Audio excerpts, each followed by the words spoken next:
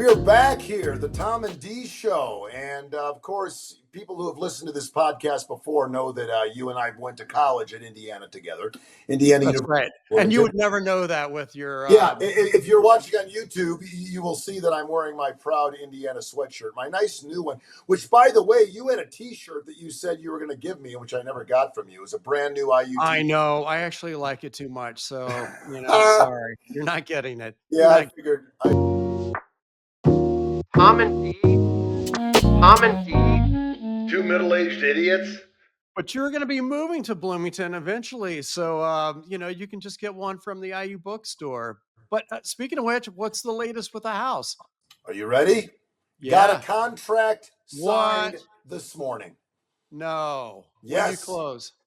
I close. Well, this podcast it'll probably already close by then because we record a few in advance in case one of us goes on a 2-week bender. But yeah, the closing date will be the 10th of June. And nice. I'm actually going out next week to Bloomington for 4 nights, and I'm going to look at houses with my realtor, and it'll be fun. Congratulations on the house, buddy. Thank you. And as we record this podcast today, it's my mom's birthday. So, and she was on a couple episodes. Yeah, she was on a couple episodes before too. Well, so you asked me to bring on a guest, and I would love to tell you a little bit about him. He's actually my stepbrother, and I'm so lucky because, I grew up an only child, and I have a half and a step or half siblings that I'm not real close with. But Chris comes into town to visit, his dad and my mom a couple times a year. And I've been, gone out there to visit him in San Francisco and stuff. But he recently did something which was quite amazing. I don't know if you've heard of the World Marathon Challenge, but he ran 7 marathons in 7 days on 7 continents. And wait, 7 marathons, 7 days, 7 continents? Yeah, let's bring him in and find out about it. Chris Edell, oh my God, our guest. That is crazy. What's up, buddy? Hey, how's it going, guys? Good. How are you? It's awesome to be on the podcast. Yeah, doing well. This is great. It's really cool to see you, Tom, and see this podcast and everything going on, and just really excited to be on the show today. So we're excited to have you. We're going to obviously be talking a lot about your accomplishment and some other things as well. But how many days did it take for you to start feeling somewhat back to normal, catching up from jet lag, exhaustion, mental exhaustion? I mean, how long until you felt like I woke up today and I feel like I'm back to normal? It's interesting. Like, even though it's a couple months since I did the challenge, there's aspects of my legs that are still sore from that specific race. I think the mental aspect of it probably only took a couple of days to really recover. But no injuries then? No IT band tears or nothing? No injuries, but there were injuries on the training leading up to it. But it's pretty remarkable what the human body can do. But that race really just took, I guess, my capability just to a level that was far beyond what the body was ever, trained to do, because you can never really train up to that level. You have to sort of go to a certain threshold and just make a full jump. That's amazing. I have this friend at my health club. She's one of those, long distance, 100-mile, 200-mile runners. And she says once you're so far into it, it's almost like you're on an acid trip or a mushroom trip where you're just, where seriously, it's like that high kind of comes in where she's like, literally, she starts almost seeing things, I mean, did you feel that at some point during these 7 days? Where but he actually was on an acid trip. Difference. I say less like an acid trip, more like an ayahuasca experience. I mean, you definitely get like a very spiritual high from going out for so long, and your mind starts playing tricks on you, and you start having this dialogue with your inner voice to sort of test your own capabilities, and you're really by yourself, and you're really kind of in your own thoughts, as well as going through a lot of physical pain through the process. So it very much has elements of kind of a psychedelic trip in a way. But like I say that you don't necessarily chase that experience, but it is a component when you're doing some pretty. Go ahead. I'm sure you've been asked this question a million times, but simply put, why? Did you lose a bet, Chris? was there a big purse at the end, or the fame and fortune? What drove you to do this? It's a great question, and I think it's different for every person that's involved. I think um, when people decide to do something of this nature, there's this desire to prove themselves in some sort of capacity, or there's this desire to overcome something. And that could be very different. So when I was meeting runners, I mean, there were folks that were overcoming addiction, or they, went through a divorce, or, they were going through a big career change. And I think for me, it was the fact that I hit 45 years old, and I sort of hit this thought where I was like, wow, I'm not so sure if I could even do anything of this, in 10 years from now. So now is the time where if I want to really throw myself into some crazy physical challenge, this is really kind of the capstone age where I got to basically push this before the time runs out. So I think that was kind of what's going on in my head. You were talking about, being alone in your thoughts, for a lot of this. Was there ever a time where you had another racer that you were kind of, or were you guys all spread out like a, mile, 3 minutes, 5 minutes apart, 10 minutes, or were there some times where you kind of picked someone that you said, we're about the same pace, let's kind of, cheer each other on? Yeah, that's another great question. I went into this challenge, like I was with 63 other runners, I believe, that participated in this thing. And each of us came from a different part of the world. And, we didn't really have, I would say, like the goal of necessarily meeting people on this race. I mean, we knew that would be an aspect of it, but it was a very individualized experience. Like, this is me versus this 183-mile run.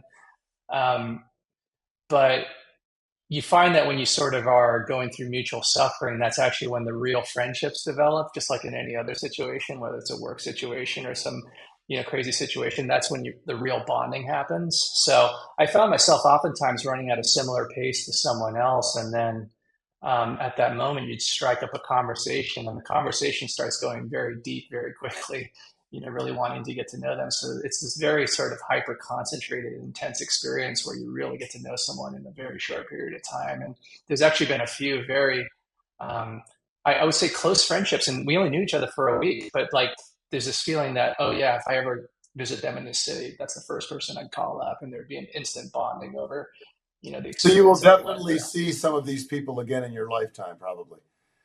100%. I mean, I've already kept in touch through Zoom with a couple of them, and it's interesting because since we all were sort of self-selected to basically do this challenge, I think we all had different intentions for going into it, and I think we bond over those intentions because it's a crazy concept to do something of this nature. So there's a shared sort of camaraderie around that Well, I overall. could probably guess the 7 continents that you raced on, but um, uh, Just a little bit diving of in a the little agenda. closer, what were the countries or cities that you went to?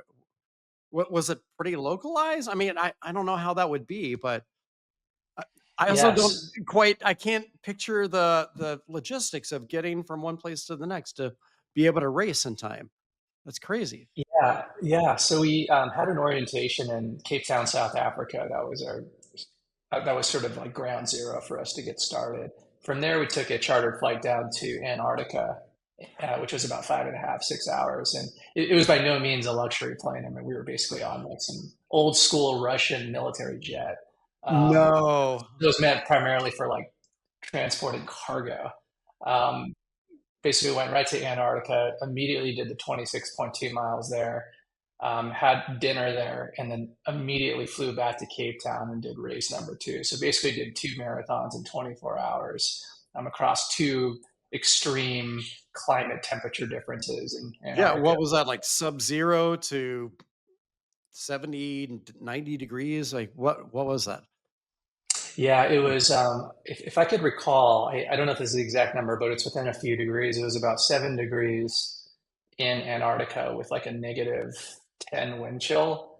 Wow. And then Cape Town, there was actually a heat wave because it's the dead of summer because we did it in January in the southern hemisphere. It was probably getting up to like high 80s Yeah. Fahrenheit, but like high level humidity, direct sunlight, not a lot of shade.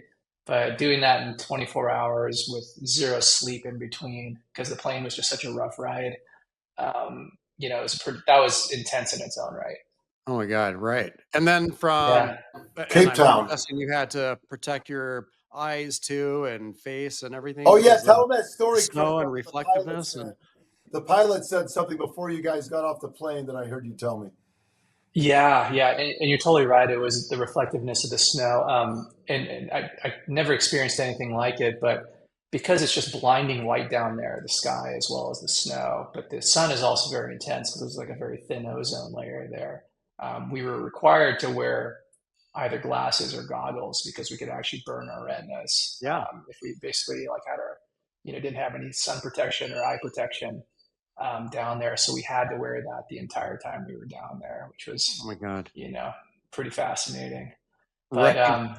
And then the yeah, terrain, was it like what did you run on for that distance? Was it was basically like snow and ice pack. But they had it was a scientific base, so they actually had these groomer machines that created traction on the ice overall, and they carved out a track that was about I think about 2.5 miles long. So we ended up doing loops. But honestly, like this part of Antarctica was called Deep Field Antarctica. It's not the touristy part where the cruise ships pull up to the penguins or nothing. Like we were in the middle of nowhere. I mean, it was just completely desolate. I mean, it felt like you were just on Mars, but like white color. I mean, just a lunar landscape. wow. So Wow. that was pretty wild. I mean, That's definitely a crazy. once in a lifetime experience. Yeah. Yeah. And then from South Africa, that was your second destination. You went South to Africa, we went to Perth, Western Australia with a layover in Mauritius. So we, kind of cut across like the Southern Hemisphere over to Perth, So you had a did a layover in marathon there. Mauritius. Did you visit your sister's wedding site? Didn't Heather get married there? I actually wish I did, Tom. But we weren't actually even allowed off the plane. Oh Like we wow. just had to basically just sit there and refuel the plane. Yeah, so we could only see like the mountains there, like these gorgeous mountains from like our airplane window while we were sitting there, which is kind of a bummer. But we arrived in Perth, and we arrived at Perth at nighttime, so we ended up basically doing like a middle of the night marathon oh my in God. Perth. But Perth had this. What was crazy about Perth was the weeks leading up to the Perth race. I had my iPhone checking the weather in all these places. Perth was going through an extreme heat wave. Up until that marathon, where the daytime temperatures were hitting like 105 degrees. And Perth also has a very high humidity quotient there too.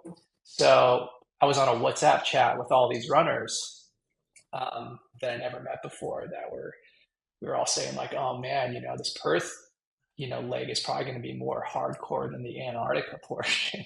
Oh my So, God. but fortunately we arrived at nighttime and did the race like in the middle of the night. So the temperatures dropped to the 80s, which is still a really hot, marathon, but at least it wasn't, in the 90s or 100 degrees, which would be unbearable to do a marathon. Oh my God.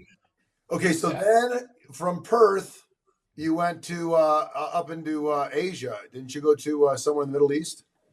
So this technically qualifies as Asia, but we flew to Dubai and did a Okay. marathon there. And Dubai, like since it's the winter time now, because now we're hitting back up into the kind of more like northern hemisphere. Um, the weather there was like absolutely perfect. I mean, it was like in the 60s or like low 70s, just very Nice. pleasant Right. overall.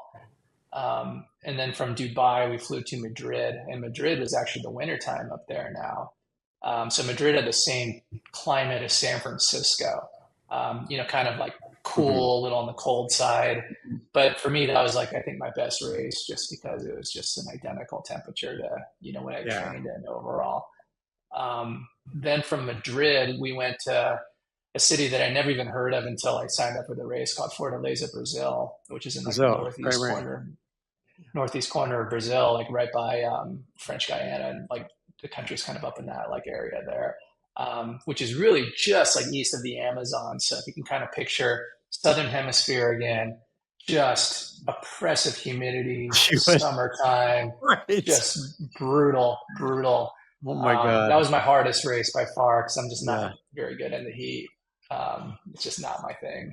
And then we completed our final race in Miami, Florida. We arrived at like 10 o'clock at night, did the race in the middle of the night, starting at like midnight or 1 in the morning, and then finishing around like 5 Wow. or so. And then that was the end of That's the experience. that's crazy. So in between, how and during, like, how are you dealing with, the sleep, making sure you're stretched and physically on top of things, hydrated, your nutrition? I mean, I'm sure you probably had to have things catered and, eating perfectly so that, you have the right sort of energy. Am I wrong? Yeah.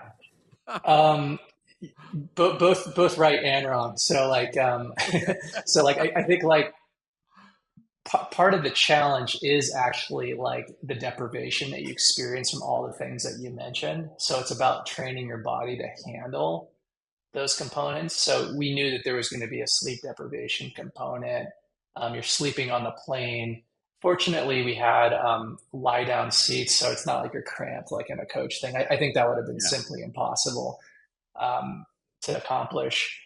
But in terms of like the diet and stuff like that, that was actually one of the hardest things because they did provide meals on the plane, but they were really not much larger than your typical sort of airline food. But when you're burning, Yeah, you th- need the 3 to calories. 5,000 plus calories on a race, along with just your normal 2,000 plus a day, you look for food wherever you could find it. So for me, I was very concerned about like getting food poisoning or having like a GI situation. So I just ended up basically going to like McDonald's at like every location or, just food that I could trust where, just Yeah. get the calories in, what's necessary to get through the race. Not necessarily focusing on healthy food, just focusing on food that I knew that, I wouldn't get sick on. You mentioned Right. chicken nuggets were kind of the Yeah, and this is a good time to Yeah. pause for our sponsor. This podcast is sponsored by McDonald's. All right, continue, please. Right. Yeah. So Right. there was like the McDonald's thing, and then yeah, for the sleep deprivation. I mean, fortunately, we could sleep a bit on the plane, but that's part of the challenge. The stretching component. I have like these compression devices that allow me to compress my legs, and I had like a Theragun, which can massage your feet and stuff like that. And they had medics on the plane that were, helping with like blisters and various other things.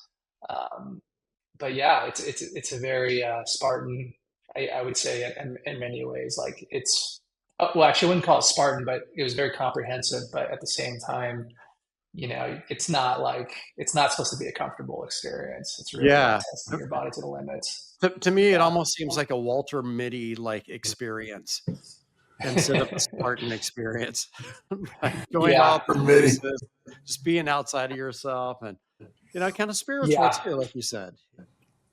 Yeah, I mean, because it's such a psychological test, but at the same time, you're in all these like amazing places that are truly once in a lifetime experiences. I've never been to Africa before this trip, of course, never in Antarctica.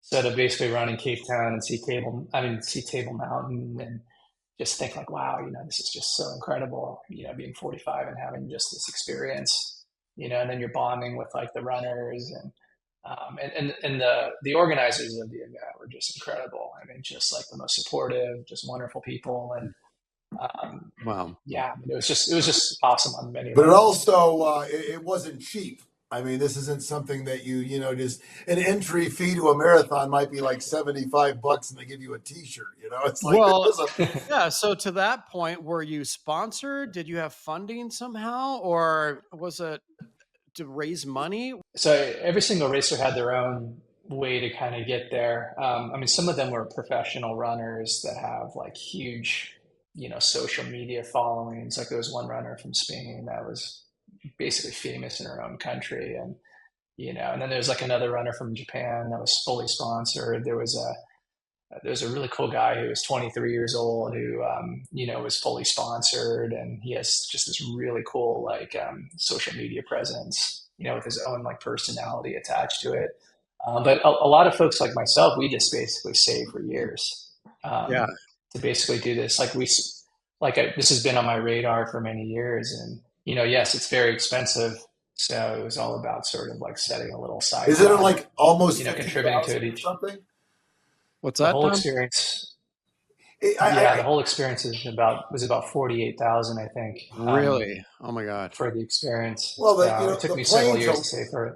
the chartered planes alone, I mean, those can't be cheap. Not You're not just chartering some little, it's 11-person jet, which still would cost you to fly to another continent, probably, X amount of money, but you're talking about 63 people. So it's a big jet where you can all lay down, and you're chartering basically, 7 jets over the course of this thing. That's probably, and then the gas prices aren't cheap these days either. And then you've got all the people that are involved. You said medics and the whole team that is, and organizers and stuff like that. I mean, it's not. And you couldn't cash in miles, Couldn't get any upgrades. Definitely not cash and miles. Oh, And there's so goodness. many other logistics. I mean, so I mean, just sort of like the attention to detail. So, for instance, like when we arrived in Fortaleza, Brazil, we arrived like around 2, 3 in the morning, I believe, if I could recall. But when we got to the buses, so they have like buses that take us to the race, the part of Fortaleza that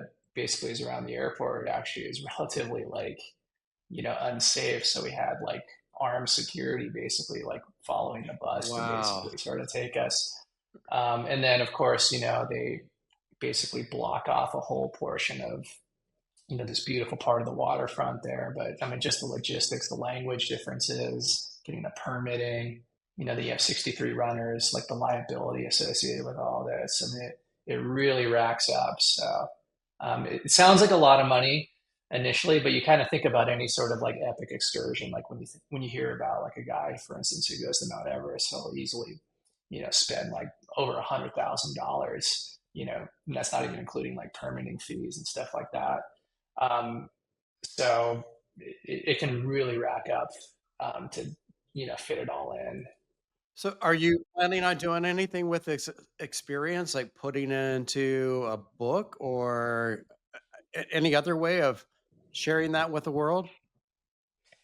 Well, it's been fascinating because like when I did the race, it was a very personal journey. Like there was no intention of sort of like using this as a platform for anything. I think it was really my own.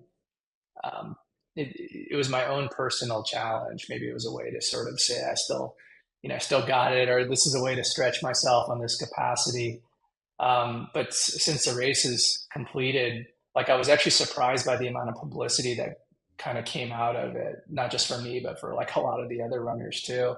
So there's been a lot of folks that have told us, oh, you should like leverage this for, Yeah. this, and it has sort of crossed my mind, but like at the same time, that was never really the intent of this thing. Like this was more of like my own Right. personal, like So meaning. fucking selfish. And You're so fucking selfish. Chris, you're so selfish. like, I have a question for you. I mean, I don't know how, if you're a person who remembers your dreams or whatever, because I usually, when I wake up, I can remember several things in my dreams, pretty vividly as they fade out, as the longer you're awake. But I would just be curious, what were those dreams like between the races when you were, the short amount of time you had to sleep? If it was all just, were you like running in these different places with worse challenges than you had? And then when you got back, were you having dreams like every dream for a week was always about running? Like a dog and they're sleep, chasing a rabbit. Yeah, your legs are Legs moving. moving. Kathy's like, dude, you're kicking me.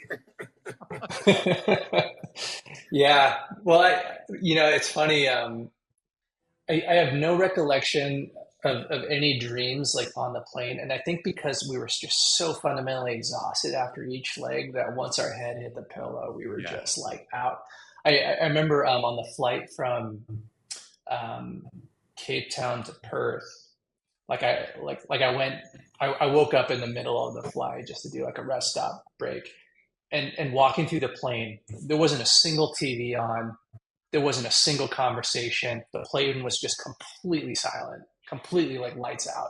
Everyone was completely conked out. So like, I've never been on a flight like that where like literally like, it almost feels like everyone's dead on the plane.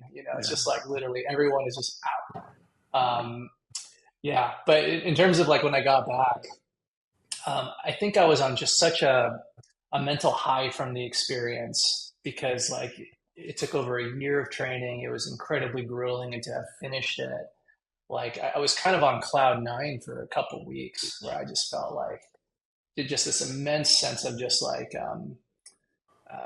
kind of peace of mind because it was so much. There was so much anticipation leading up to it that and it took like a year to basically do it all. So to have that project over, So, and accomplished, just felt very like peace of mind oriented. what do you do for work, Chris? I'm sorry, I don't know if we've Yeah, talked so about that, but how did you fund this? And did you go back to your cubicle afterwards, or like what was that contrast of being out in that life and then having to go back to the everyday grind? I was previously a digital health entrepreneur, ran a business, scaled it up, and then we ended up exiting the business around 2018, and then from there I was doing some consultative advisory stuff. So I actually had kind of like a bit more flexibility, kind of working as sort of like a self consultant, where it gave me a lot of flexibility. I think it would be really hard to train for this if you're sort of like working a really hardcore professional job. Although there were, physicians that, actually did this race. I mean, there's some pretty hardcore How about that first? people. How about that first job you had after grad school? After your second round of grad school, and this is pretty impressive on its own. But Chris has got a post grad degree from Harvard and Yale. But when you finished at Harvard and you got that job working for that guy that would call you at 4 a.m, imagine having that job when you were working like 17 hours a day. It would Yeah, be impossible. It would be impossible. I mean, I would say even with like a normal 9 to 5, like, It would be I hard. mean, Yeah. it would be insanely hard to do this, and especially if you have kids on top of that. Because I have two, like, I have a 6-year-old and a 2-year-old, and I mean, I don't know how some of these folks did it. Like in fact, one of the elite runners that did this, she has this huge social media presence. She does this for a living, but I think she had like 6 kids, and she still like got like she had to first get place on the out. whole thing. Like, I gotta get the fuck out of here. She's still like helping them I with mean, just homework. amazing. Like, I mean, Yeah, I was just thinking like that's just like yeah, I mean, just this insane human achievement, not just winning the whole thing, but juggling 6 kids while doing it is yeah. just incredible. That is So incredible. yeah. So Was the back to Harvard and Yale. What were your degrees in? Yeah, so I got an MBA over at Yale School of Management, and then I did a kind of health policy-ish master's over at Harvard. It was called a master's in public administration. So I did that from about 2006 to 2010, and then as Tom mentioned, I went into strategy consulting and basically like was just grinding it in the corporate world, working 60 hours plus a week with like cross country travel on a weekly basis. And All right. it's So being like flying everywhere from SF to Hartford to Cleveland to, all over the place, always on a plane for, Yale, you know, Harvard, 7 continents, 7 marathons in 7 days. Clearly, you are an underachiever. When are you going to do something? Yeah, get Like, your life. When are you gonna get your act together, come on. Chris? You You're making slacker. me feel really bad about myself, by the way. no, it's not even, no. Like, I think it's just more subjecting oneself to pain, and I think the World Marathon Challenge is just sort of like, especially now since I'm a bit more flexible in the career, I think there was this desire to want to just do something hard, just kind of push myself to just not sort of hit kind of like this. I guess I don't even know what the word is, but it's always sort of like self-development. I think that's always been kind of a mantra. It's just like, how can I continuously improve? Which leads Um, into the obvious question of what next? um, that's sort of the big question. I find personally, like, it's always hard. Like, I'm actually very indecisive where it's hard to decide what to do next. But I know that once that thing comes up and sinks into my gut, then it's just like you just go all the way in. So I think right now I'm on that sort of like intermediary phase where, I'm kind of like keeping the Right. radar open for that next thing to just like dive Yeah. into. You're But like, it's "Give me a all Yeah. break. I'm still recovering physically from this. Come on." But it's Yeah. also, how great is it to, having your kids, who, by the way, are adorable as can be, and being able to have, time with your lovely wife, Kathy. But to know that you're not, having some, like when you were first starting out working, that kind of a schedule, and to be able to have the flexibility to, be able to spend time with your family. I mean, that's something that I know so many people who look back on it and say, "Man, I wish I would have spent more time with my kids. I miss my child's first step or their first words because I was working 50, 60 hours a week and maybe not even doing something they enjoy doing, maybe a miserable job. So when they come back, the last thing they want to do is read to their kid. All they want to do is drink. Yeah. No, yeah, it's such a hard balance because like, when you're sort of in the prime of your life and you're able to do like the experiences that you want to do, oftentimes you're tied into so many obligations and responsibilities. And it's the ever sort of present balance. And then you're sort of juggling what we talked about earlier, which is like as you're getting older, opportunities that seem cool at that age start to either become less desirable or your preferences change or your physical body changes. And I think for me, it was this realization because I missed a lot of years, I think, in between like 20 and 35, because I was working so hard during that time where, I mean, I could still theoretically do some of those crazy experiences I wanted to do when I was younger, but it just wouldn't be as like fun, just going to like youth hostels in Eastern Europe. That would have been amazing, like when I was 25 years old, but now I'm 45 with two kids. So it's just like unrealistic to do that. So yeah, I think there was that sort of sense like, yeah, these opportunities do close as time goes on. You don't really get a second shot to do it. So Yeah. let's really kind of hit the gas on these obligations other than work to, make sure that your checklist kind of like you feel good about crossing off the right things on your checklist versus what's like expected of you from, I'm other excited for people. my son to listen to this. He's getting ready to graduate from Cal Poly, and he spent Nice. his junior Congratulations. year.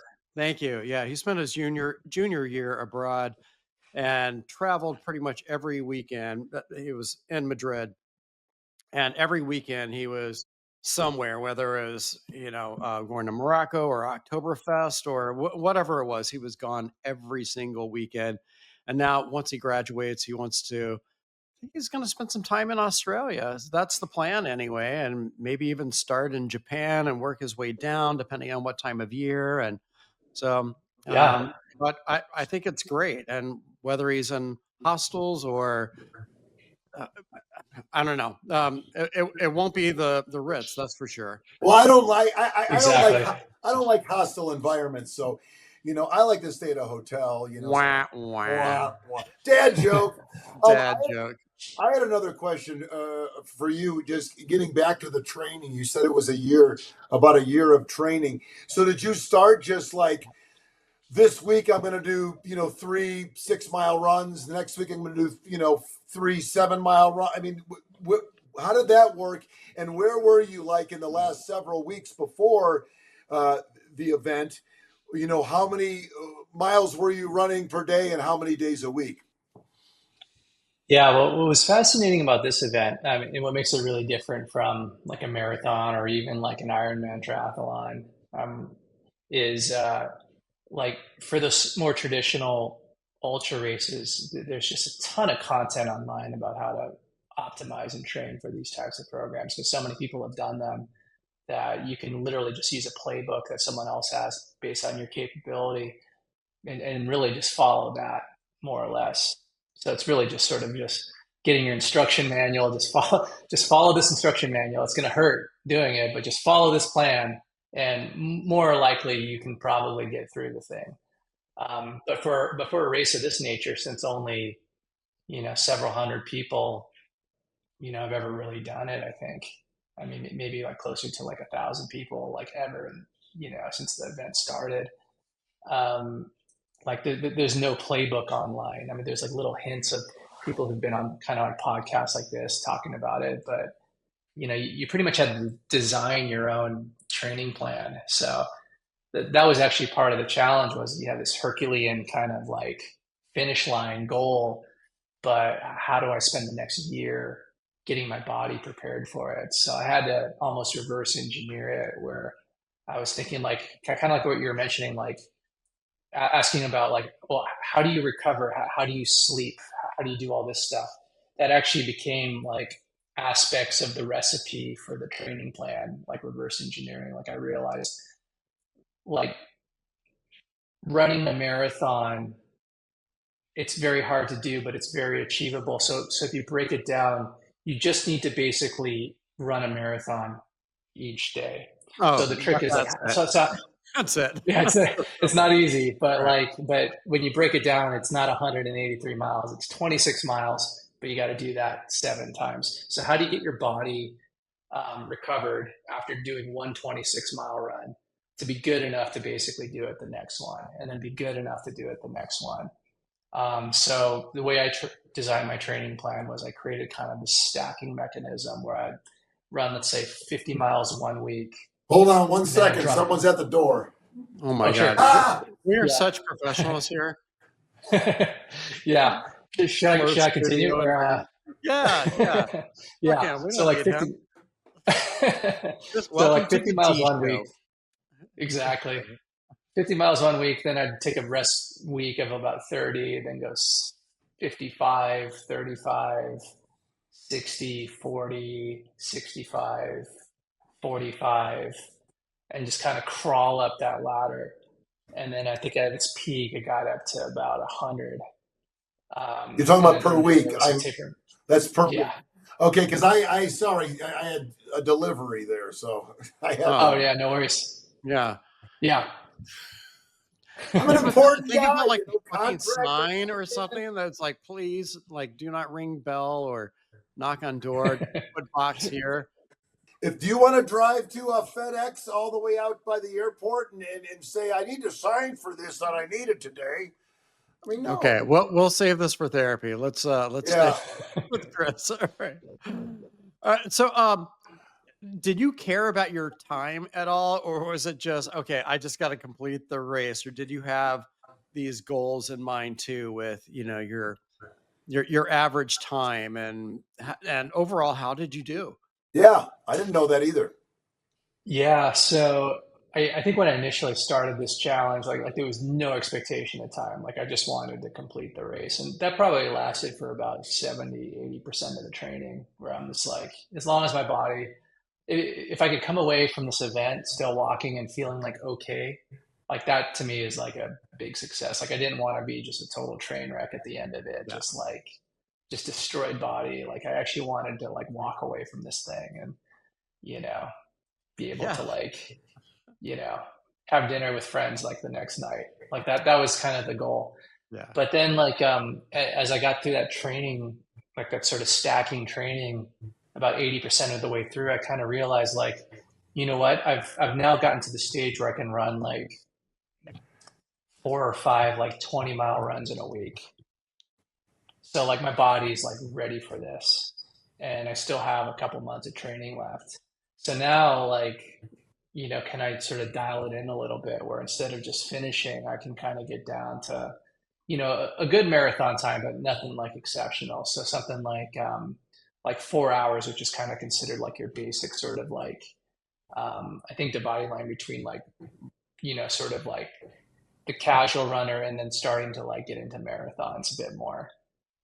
So there was kind of like that target. So between like 4 and 4.5 hours. And if I could kind of keep that consistent across the race. And that was actually about the average that I had for all these races, except for Brazil, which just wrecked me. And I think that was like 5.5 or 5 hours and 15 minutes. Because on that race, like, well, one, I got lost. Like I went off course Oh, on No. that one. So you ran further than you really needed to? Yeah, because it was on a busy sort of beach boardwalk, and there were these flags that you had to go around. But there was actually a couple other like runs from different like organizations that were happening there, and there's just a lot of foot traffic. So you went So on a different run? Oh my God. I ran like a mile off Well, course. maybe you did set a world record then, because I know that sometimes the Guinness Book of World Records show up for these things. But if you actually ran more than 7 marathons in 7 days, then maybe you're like by yourself because you ran What those if he like extra went it couple to like a miles. 5K or something and there's a finish line? He's like, oh my God, I finished in an hour and a half. Yeah. Well, this Brazil one was interesting because when I went off course, I could already start to sense that I was not like on course, but it was hard to tell because there's still so many people around. But instantly, like in Brazil, I go from like this really nice beach area to like this really sketchy neighborhood, and I'm just like, I really don't think that this race was intended to go like in this area here where there's just these sketchy individuals everywhere. So like basically just turned right around and went back. But that was only one component. And the second component was I actually tripped on like I think like mile 18 or 19. I was going around and like foot caught like some uneven pavement, just like Oh rolled on the no. ground.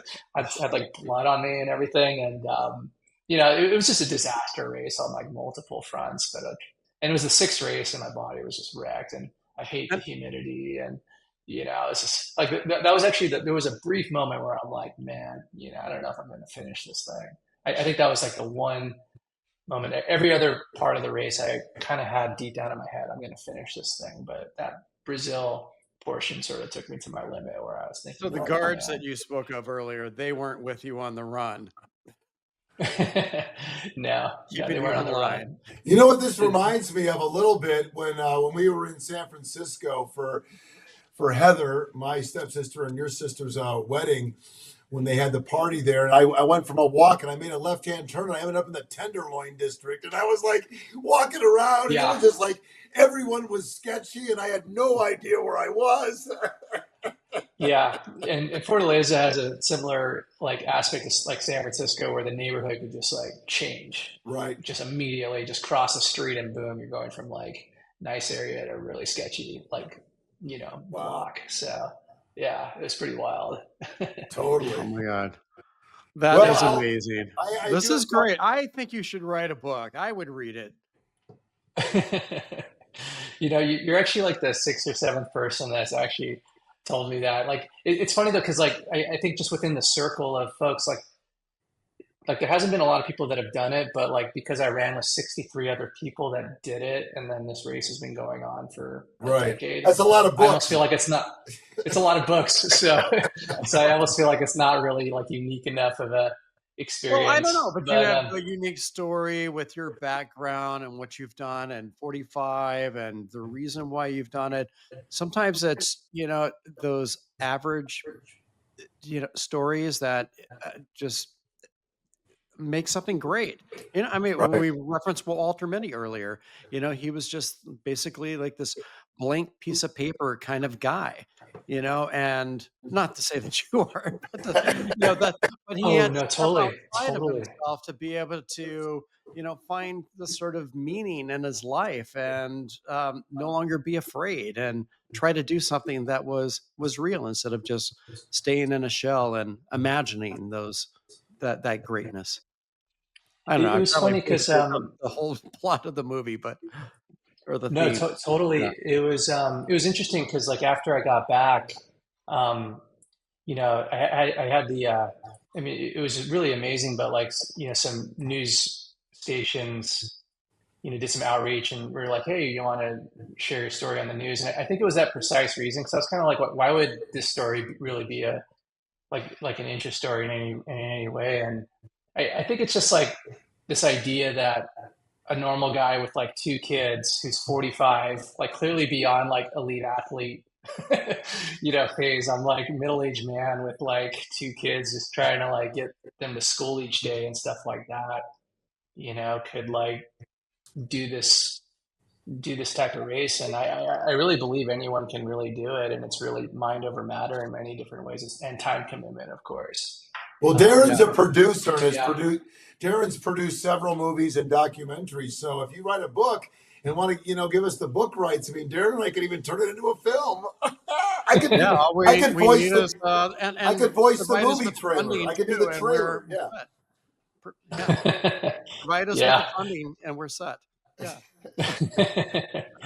Yeah, no, it's but it's funny because it's just I went into it to sort of prove to myself I could do the physical challenge, but like I think it was really it became much more of a mental game. Yeah, for It sure. was this ability to sort of like break through my own like self beliefs in many ways. Well, So like as I said yeah. on my Facebook post after your race, and I updated people during your race, but so proud of you, Chris. I mean, that takes so much, and not only do I think you're amazing, and I'm lucky to have you in my life, but I mean, this is just like something you'll never forget it. I'll never forget it, and I'll never stop telling the story. And we're so glad that you were able to come on and share this on the podcast. I mean, how cool. Yeah. Yeah, thanks So so much, great Tom. meeting you Yeah. finally too. I've heard so Oh many yeah, great. it's a great meeting you too. Yeah, no, this has been like a real privilege to be on you guys' podcast, Thank and you. yeah, it's the experience was pretty surreal, and then it still kind of feels like a dream in a way because it was so much effort to put into it, but it was just a week long, and with all the sleep deprivation, it just like shot by almost like a dream. Where it's almost I'm almost kind of like in disbelief, like did I actually really do that, or did I actually just like imagine it? Right. Wait, Like did the only you? proof of it. But did you really do it? Yeah, I mean the only proof is really like the fact that like my ankles like lock up in the morning now still. So Right. like it's the only way I could like know that Right. I really did And it. the medal, and the medal that you got, And the Yeah. medal. and the The AI T-shirt, probably generated a picture of T-shirt. you with the medal. Right. Right. Well, Yeah. thank you, Chris, for joining us. And as you probably heard when we were before you we brought you on screen, I finally sold my house, and you were the person that I called up when I was all stressed out about buying a house and selling a house. I'm like, I'm calling Chris. He seems to be good at this kind of stuff, challenges, right? So Yeah, congratulations, Tom. That's thank amazing. you. And I see you got the Indiana representation there, so you're already halfway to Bloomington. I am, and I hope you guys Yeah. come out and visit me. We will. I've actually always wanted to check out that town. I hear it's a really cool college town. I love college towns. Aaron grew up there, and I did. also went to Yeah. college there. Oh, So nice. Yeah. It seems like a really cool place. The campus looks beautiful in the it photos. is. So Well, love to I'll give you check the it out best sometime. tour you ever had when you come out. Chris, thanks for joining us, buddy. Thanks so Thanks, much, guys. Chris. Take care. Thank you so much. Take care. So, Darren, how are we going to do our own little challenge? What can we do in 7 days? We couldn't do it on 7 continents. How about in 7 suburbs of Denver in 7 days at 7 different bars, 7 different drinks? That sounds good. Let's we could try do it. that. No. It was funny. I was going to tell Chris this, but when the only trophy I have for a race that I won was like a 6K or 10K or whatever it was. But the leader, I saw him. We went down the wrong way, and I was talking to this other runner. I'm like, I gotta go, and I'm like, I saw him go the wrong way, so I turned in and won the race. I still have the trophy for it. Oh my God, that's great. Yeah, I've done a few races. I actually did a marathon years ago. Yeah, the Colfax. LA or No, this was Colfax. This was you did the Denver, and then Colfax I did Denver a half rock and roll. That was horrible finishes. Like I barely made it. Injuries that I'm still recovering from. A decade or so later. right. Absolutely horrible. Plantar fasciitis just means I don't even go on walks now, let alone runs. You need But one of those one quick rascal. story, really fast. I did. I think it was like a 5 or 10K with my daughter when she was, I don't know, it was like 3rd grade or something. It was Girls on the Run, that organization, and I actually passed a kidney stone in the porta potty at Wash Park. Oh God. Yeah. Oh my God. Oh my God, because she was going to be so disappointed if I missed. And I told her I would not miss the race. I was in pain. And she was like banging on that's the way I remember it anyway. Banging. It was like, Dad, what are you doing in there? I'm like, I'm passing a kidney stone. Yeah. That was the most painful thing I ever went through in my life. So I can't. It was painful. Well, Darren, I finished. it's been fun. Another episode under our belt. Later, Later, dude. dude. Tom and D. Two middle-aged idiots